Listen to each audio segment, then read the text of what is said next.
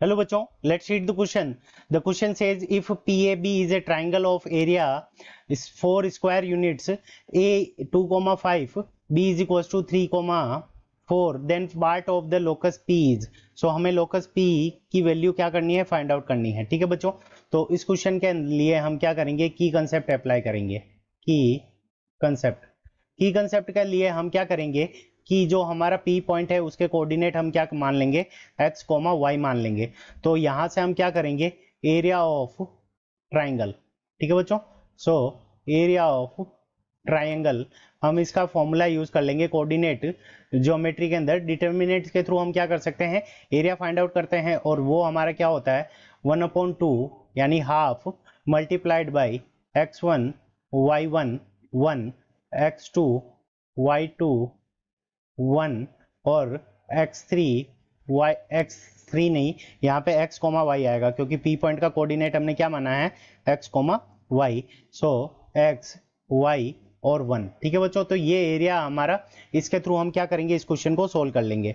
अब देखो यहाँ पे x1 y1 A पॉइंट के कोऑर्डिनेट है, x2 y2 हमारे B पॉइंट के कोऑर्डिनेट है। तो यहाँ से हमारे पास में एरिया ऑफ ट्राइंगल क्या दे रखा है, 2 स्क्वायर यूनिट्स।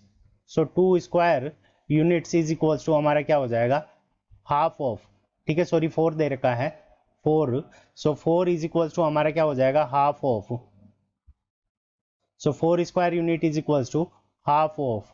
अब यहाँ पे हम क्या करेंगे कि इनको कोऑर्डिनेट्स को पुट कर देंगे। तो यहाँ पे कितना हो जाएगा 2 5 और 1, यहाँ हो जाएगा 3 4 और 1, यहाँ हो जाएगा x y और 1। ठीक है बच्चों, ये हो जाएगा। अब हाफ को हम इधर मल्टीप्लाई कर देंगे तो 8 इज इक्वल्स टू हमारे पास में क्या आ जाएगी 8। सो 2 5 1 3 4 1 x y और 1। ठीक है बच्चों, तो ये हमारी क्या आ गई, यानी इस डिटर्मिनेंट की वैल्यू हमारी किसके इक्वल होनी चाहिए, 8 के इक्वल होनी चाहिए। अब अगर इस डिटर्मिनेंट को हम सोल्व करें तो हम क्या कर देते हैं कि रो 1 को रिप्लेस कर देते हैं। Row 1 is equals to r1 minus r2। ठीक है बच्चों, और इसी तरह से रो 2 को रिप्लेस कर देते हैं r2 माइनस r3। इससे क्या हो जाएगा कि हमारी जो कैलकुलेशन होगी वो सिंपल हो जाएगी। ठीक है, तो यहाँ पे r1 is equals to r1 minus r2, तो 2 माइनस 3, तो यहाँ पे क्या आ जाएगा -1, 5 माइनस 4, तो यहाँ पे क्या आ जाएगा 1, 1 माइनस 1 क्या आ जाएगा 0। अब 3 माइनस x, तो यहाँ पे क्या आ जाएगा 3 माइनस x, 4 माइनस y, तो यहाँ आ जाएगा 4 माइनस y, और यहाँ पे क्या आ जाएगा 0, 1 माइनस 1 क्या हो जाएगा 0, और यहाँ पे क्या आ जाएगा x y और 1। और इस डिटर्मिनेंट की वैल्यू हमारे किसके इक्वल होनी चाहिए, 8 के इक्वल होनी चाहिए। तो हम क्या करेंगे, इस डिटर्मिनेंट को सोल्व करने के लिए 1 के रेस्पेक्ट में क्या कर लेंगे, इसको एक्सपेंड कर लेंगे यहाँ पे इस वाले 1 के रेस्पेक्ट में। तो यहाँ से हमारे पास में क्या आ जाएगा, सो 8 इज इक्वल्स टू हमारे क्या आ जाएगा -1 मल्टीप्लाई 4 माइनस y, और यहाँ पे हमारे पास में क्या आ जाएगा 3 माइनस x, और यहाँ पे क्या आ जाएगा माइनस का 1। तो पहले इसको मल्टीप्लाई करेंगे, फिर सब्सट्रैक्ट करके इन दोनों को मल्टीप्लाई कर लेंगे।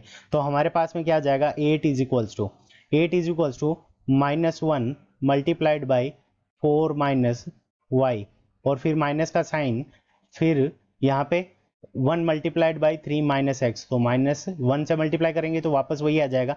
-1 को अंदर मल्टीप्लाई कर लेंगे तो यहाँ पे क्या आ जाएगा y माइनस 4, यहाँ पे क्या आ जाएगा -3 plus x is equals to हमारे पास में क्या हो गया 8। अब क्या करेंगे, इस 8 को इस तरफ लेकर आ जाएंगे तो हमारे पास में इक्वेशन क्या बन जाएगी, x प्लस वाई, -4 -3 -7 और -8, तो ये हो जाएगा -15 इज इक्वल्स टू 0। तो हमारे पास में P पॉइंट का लोकस क्या आ जाएगा, x plus Y -15 is equals to 0। So x plus Y -15 is equals to 0 option C में गिवन है। So option C is the correct answer of this question. I hope you understood it well. Best of luck, thank you.